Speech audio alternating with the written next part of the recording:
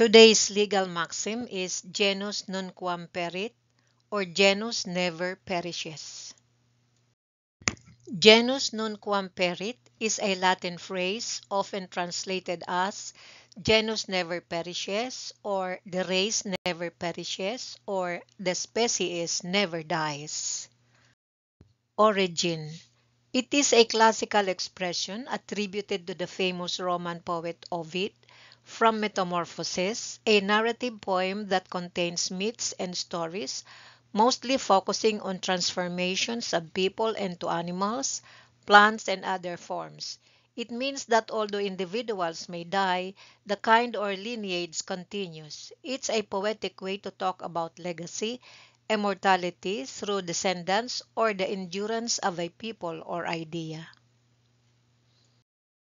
Meaning, the phrase genus non quam perit, sometimes written genus non quam peruit, is a Latin legal maxim that literally means genus never perishes.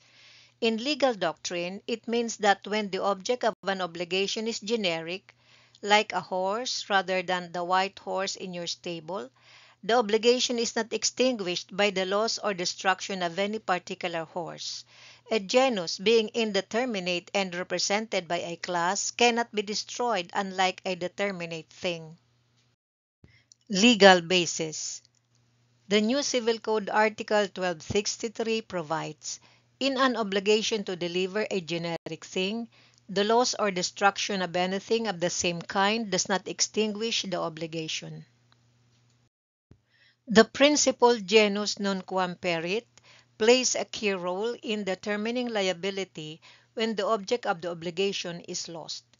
When the object of an obligation is generic, namely identified only by its class or genus, the obligation is not extinguished by the loss or destruction of any specific item in that class because generic things are inexhaustible. The debtor can always find another item of the same kind.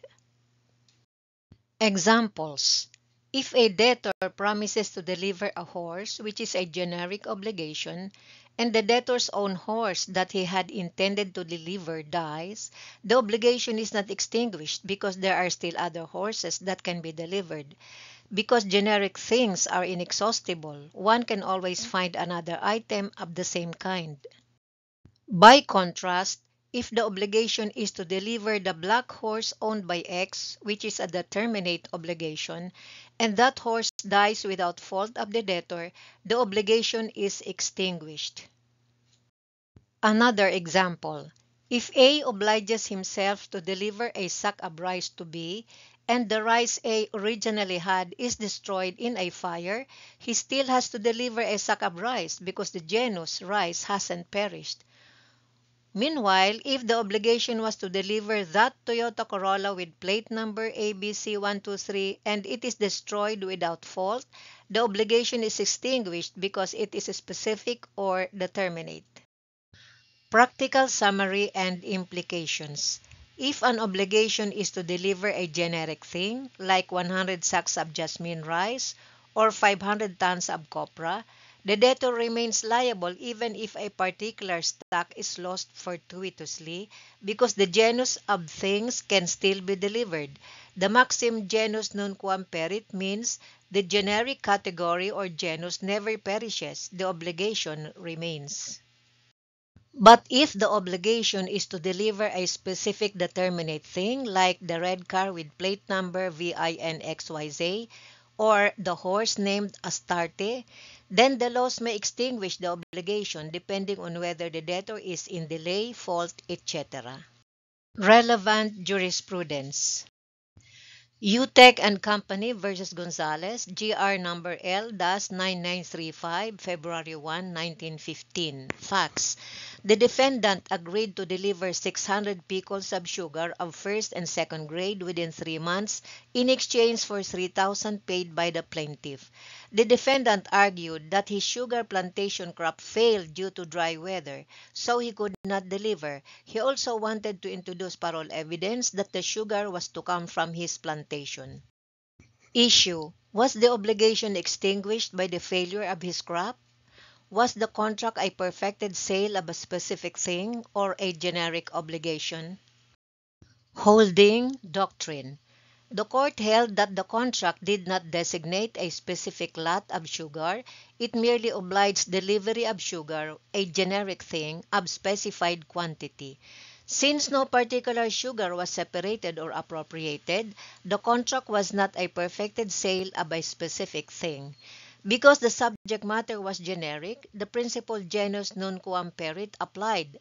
The loss of sugar from one source did not excuse the debtor from the obligation to deliver sugar of the same kind. The defendant thus remained liable even though the crop failed. Significance for genus non quam perit. It illustrates that when the object is generic, here 600 picols of sugar, the fact that a particular source failed does not extinguish the obligation. The debtor must still deliver sugar of the same genus unless a specific lot had been determined. This aligns with later doctrine that an obligation to give a generic thing is not extinguished by a fortuitous loss of a particular item. Another relevant jurisprudence is Bunge Corporation versus Elena Comonfort and Company, GR number L-4440, 29 August 1952. Facts.